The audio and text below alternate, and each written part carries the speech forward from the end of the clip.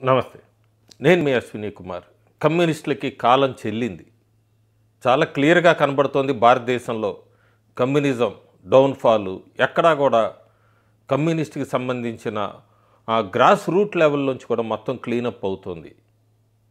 కాకపోతే ఇప్పుడు ప్రస్తుతానికి కేరళ లాంటి రాష్ట్రంలో కమ్యూనిస్టులకి ఆఖరికి గోడల మీద వాళ్ళకి పెయింట్లు వేయటానికి కూడా దొరకట్లేదు. కార్యకర్తలంటే నమ్మశక్యం కాదు. విదేశీల నుంచి వచ్చిన టూరిస్టులు, స్పెయిన్ దేశానికి సంబంధించిన టూరిస్టులు విజిటింగ్ వీసా మీద వచ్చారు భారతదేశానికి. విజిటింగ్ వీసా మీద వచ్చినప్పుడు కొన్ని రూల్సు, లాసు అన్నీ ఉంటాయి. ఎక్కడ ఆ దేశానికి సంబంధించిన ఎలక్షనీరింగ్ దానికి సంబంధించిన దానిలో పాల్గొనకూడదు. ఆ దేశానికి సంబంధించిన కల్చర్ ఇలాంటివి నేర్చుకుంటానికి వచ్చారంటే అనుకోవచ్చు. కేరళలో స్పెయిన్ నుంచి వచ్చిన టూరిస్ట్ వీసా మీద వచ్చిన విదేశీయులు గోడల మీద అంతా కూడా ఈ సిపిఐ, సిపిఎంకి సంబంధించిన కమ్యూనిస్టులకు సంబంధించిన లోగోసు ఇవన్నీ కూడా పెయింట్స్ వేయటం ఇప్పుడు పెద్ద తీవ్ర చర్చకి దారితీసింది. ఎందుకంటే ఇవన్నీ వైలేషన్ ఆఫ్ లాస్ కిందకు వస్తాయి. కేరళలో కమ్యూనిస్ట్ పరిస్థితి అలా ఉందంటే ప్రస్తుతానికి బయట రాష్ట్రాల్లో చూస్తున్న వాళ్ళందరికీ కూడా చాలా స్ట్రాంగ్గా ఉన్నట్టు కనబడుతుంది. కానీ రాష్ట్రంలో అది పరిస్థితి. దేశంలో కూడా నక్సలిజం అనే దాన్ని మార్చి 2026 కల్లా మొత్తం రూపు మాపుతామని హోంమంత్రి అమిత్ షా చెప్పారు. అట్లాగే అడుగులు కూడా నడుస్తున్నాయి.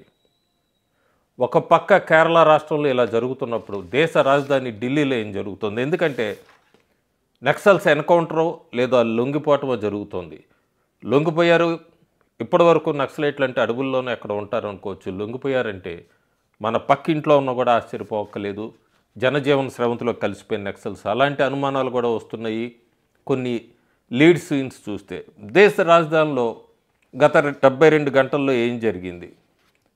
ఢిల్లీని ఆమ్ ఆద్మీ పార్టీ లేదా అరవింద్ కేజ్రీవాల్ 10 సంవత్సరాలు అధికారంలో ఉన్నారు ఢిల్లీలో.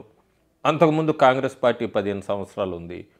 25 సంవత్సరాల్లో ఎప్పుడు కూడా తెర మీదకి రానివి కేవలం బీజేపీ 9 నెలలైంది అధికారంలోకి వచ్చి మొత్తం ఢిల్లీని మార్చేయాలంటూ రోడ్ల మీదకి ఇండియా గేట్ దగ్గరికి ఇక్కడికి ప్రొటెస్టులకు వస్తున్నారు. దీని వెనక ఎవరున్నారు? ఇంతకుముందు రేఖా గుప్తా అధికారంలోకి రాగానే చాలా మార్పులు తీసుకొచ్చింది. రోడ్స్ వైడనింగ్ కానీ ఫుట్పాత్ల దగ్గర ఎవరైనా ఆక్రమణలు వాటన్నిటినీ కానీ ఇల్లీగల్గా వచ్చిన వాటన్నిటినీ కూడా కూల్చేయటము, దర్గా లాంటి వాటిని వీటన్నిటిని కూడా రిప్లేస్ చేయటము, ఫుట్పాత్లకు ఎక్కడ అడ్డం లేకుండా వీటితో పాటు యమునా నది, ఈ యమునా నది క్లీనింగ్ది కేజ్రీవాల్ ఏం చేసినప్పుడు ఎప్పుడూ లేదు. దాని గురించి పట్టించుకోలేదు. అంతకుముందు కాంగ్రెస్ పార్టీ పట్టించుకోలేదు. ఈ 9 నెలల్లో మాత్రం రేఖా ఏం చేసింది ముఖ్యమంత్రి లేదా ప్రధానమంత్రి నరేంద్ర మోడీ ఏం చేశారు ఇన్ని సంవత్సరాలు అంటూ కొన్ని విదేశీ శక్తులు అనొచ్చు క్లియర్గా వెనక నుంచి దీన్ని ఉద్యమాన్ని నడిపిస్తున్నాయి.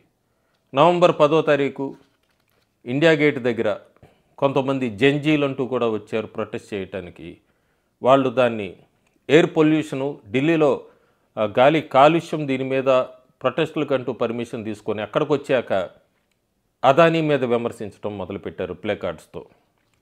అంతకుముందు ఛట్ పూజ గురించి, యమునా నది గురించి చాలా విమర్శలు చేశారు వీళ్ళందరూ మీడియాను ఉద్దేశించి. ఇండియా గేట్ దగ్గర ఎప్పుడైతే నవంబర్ 10వ తారీఖు ఈ ప్రొటెస్టులన్నీ అదానీ వైపుకి దారితీస్తున్నాయి, బీజేపీ, ఆర్ఎస్ఎస్ లేదా అదానీ అంటూ ప్లే కార్డ్స్ పట్టుకున్నారు, పోలీసులు ఏదో జరగబోతోందని గ్రహించారు. వాళ్ళందరినీ అక్కడి నుంచి డిస్పర్స్ చేశారు.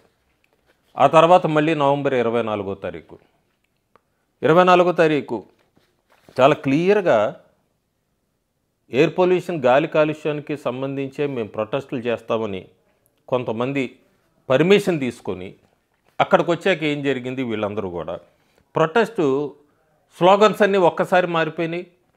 కామ్రేడ్ హిద్మా అమర్ రహే, తుమ్ కితనే హిడ్మా మారోగే, హర్ హర్ ఘర్ సే హిడ్మా నిక్లేగే. మీరు ఎంతమంది హిడ్మాల్ని చెప్పినా కూడా ఒక్కొక్క ఇంటి నుంచి నక్సల్ హిడ్మా వస్తాడు, పుట్టుకొస్తాడు మళ్ళీ అంటూ కూడా వీళ్ళు స్లోగన్స్ ఇవ్వటం అక్కడ నక్సలైట్లకి ప్రోగా.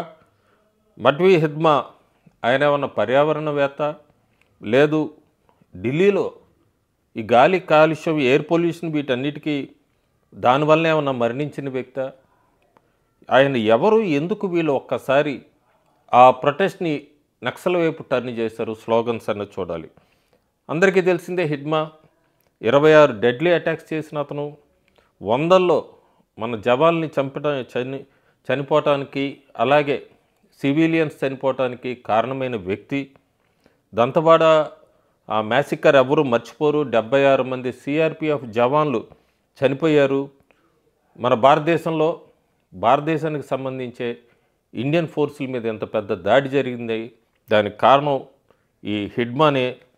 ఆ రోజు జవాన్లు చనిపోయినప్పుడు జవహర్లాల్ నెహ్రూ యూనివర్సిటీలో స్టూడెంట్స్ లెఫ్ట్ పార్టీకి సంబంధించిన వాళ్ళందరూ కూడా పెద్ద విజయోత్సవాలు చేసుకున్నారు. అలాంటి వ్యక్తి అసలు ఏ రకంగా సంబంధం ఢిల్లీ ఎయిర్ పొల్యూషన్కి? వీళ్ళందరూ ఢిల్లీ ఎయిర్ పొల్యూషన్కి సంబంధించి పర్మిషన్ తీసుకొని అక్కడికి వచ్చి ఈ ఫ్రీడమ్ ఫైటర్ బిర్సా ముందాతోనూ నక్సల్ హిద్మా వీళ్ళ ప్లేకార్డ్స్ పెట్టుకొని వాళ్ళిద్దరిని పోల్చటం ఇదంతా జరిగింది. జరిగినప్పుడు పోలీసులు ఒక్కసారి వాళ్ళని చెల్లాచెదురు చేయడానికి ప్రయత్నించారు. వీళ్ళు చాలా ప్లాన్డ్గా ఆ చిల్లీ పౌడరు కారపు పౌడర్ తీసుకొని వచ్చి పోలీసులు కళ్ళల్లో జల్లటం. పోలీసులు ఆ తర్వాత వీళ్ళందరినీ 22 మంది అర్బన్ నక్సల్స్ని అక్కడికి వచ్చిన వాళ్ళని అరెస్ట్ చేశారు. అందులో దురదృష్టకరం 12 మంది అమ్మాయిలు కూడా ఉన్నారు.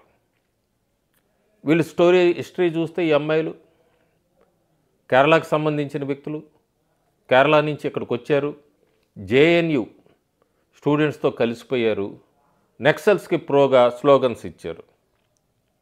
అందుకే జవహర్లాల్ నెహ్రూ యూనివర్సిటీలో ఈ ఫేస్ రికగ్నైజేషన్ అని చెప్పి సీసీ కెమెరా అట్లాగే ఇవన్నీ ఇన్స్టాల్ చేస్తే దాన్ని కూడా మొత్తం అంతా ధ్వంసం చేశారు. ఎవరు గుర్తుపట్టకూడదు, క్యాంపస్లోకి ఎవరు వచ్చారు, లైబ్రరీలోకి ఎవరు వచ్చారు, ఇదంతా అని.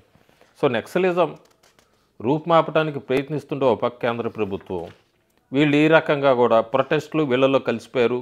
ముఖ్యంగా సమీర్ ఫయీజ్ కేరళకు సంబంధించిన వ్యక్తి, అట్లాగే ఫతిమా వాహబ్ కేరళకు సంబంధించిన వాళ్ళు, వీళ్ళంతా కూడా ఈ జంజీ ప్రొటెస్టులతో ఎయిర్ పొల్యూషన్కి సంబంధించిన వచ్చి ప్లేకార్డ్స్ అన్నీ కూడా దేశానికి వ్యతిరేకంగా నక్సల్స్కి ప్రోగా ప్లేకార్డ్స్ డిస్ప్లే చేశారు అక్కడ. దీన్ని బట్టి అంటే ఢిల్లీ ఎయిర్ పొల్యూషన్ ఆంధ్రాలో నక్సల్స్ని కానీ కేరళలో ఇస్లామిస్టుల్ని ఎంత కదిలిచ్చి వేసిందా? ఢిల్లీ పౌరులంతా కూడా ప్రశాంతంగా వాళ్ళ పనులు వాళ్ళు చేసుకుంటూ వెళ్తున్నారు. ఢిల్లీలో కొత్తగా ఏర్పడిన ప్రభుత్వానికి సమయం ఇచ్చారు. ఢిల్లీ ప్రభుత్వం కూడా ఆ రకంగా అడుగులు వేస్తుంది. కానీ వీళ్ళు మాత్రం రాజధానిని అల్లకల్లోలం చేయాలి, అన్రెస్ట్లో పెట్టాలి, పీస్ని చెల్లాచెదురు చేయాలి, దేశాన్ని డీస్టెబిలైజ్, ఇవే ఆలోచనలు. ఎక్కడ హిడ్మా ఎన్కౌంటరు ఆంధ్రప్రదేశ్లో జరిగింది, ఢిల్లీలో ఈ కాలుష్యానికి సంబంధం ఏంటి, యూత్ ఎక్కడికి వెళ్ళిపోతున్నారు? ఇలాంటి యూత్ ఇప్పటికే జంజీ ప్రొటెస్టులు అంటూ కూడా నేపాల్, బంగ్లాదేశ్ చేసినట్టు ఇక్కడ భారతదేశంలో చేయడానికి చాలా ప్రయత్నించారు. వీళ్ళ వెనక ఎవరైనా ఉన్నారా? ఈ అల్లర్లు ఇట్లాంటివి సృష్టించడానికి ఎవరైనా ప్రయత్నిస్తున్నారు? ఇవన్నీ కూడా పోలీసులు బయటికి తీయాల్సిన అవసరం ఎంతైనా ఉంది. కాకపోతే ఈ యువత తెలుసుకోవాల్సింది ఏంటంటే వాళ్ళ భవిష్యత్తు ఏంటి, వాళ్ళ తల్లిదండ్రులు ఏమైనా ఆలోచించి పంపించారు యూనివర్సిటీస్లోకి, వీళ్ళు చేస్తున్నది ఏంటి? ఈరోజు వీళ్ళందరి మీద కూడా కేసులు ఫైల్ అయినాయి, జైల్లో ఉన్నారు. 11 రోజులు కస్టడీకి పంపించింది కోర్టు, ఢిల్లీ మెజిస్ట్రేటు. వీళ్ళ భవిష్యత్తు ఏంటి అనేది ఆలోచించుకోవాలి.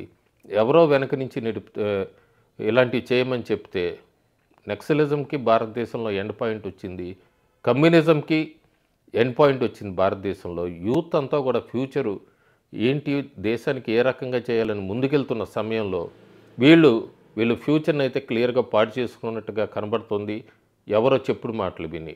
దయచేసి యూత్కి ఒకటే రిక్వెస్టు, జాగ్రత్తగా ఉండండి. మిమ్మల్ని ప్రలోభ పెట్టడానికి పక్కనే ఉంటారు శత్రువులు. ఆ ట్రాపులు అయితే పడకండి. Thank you.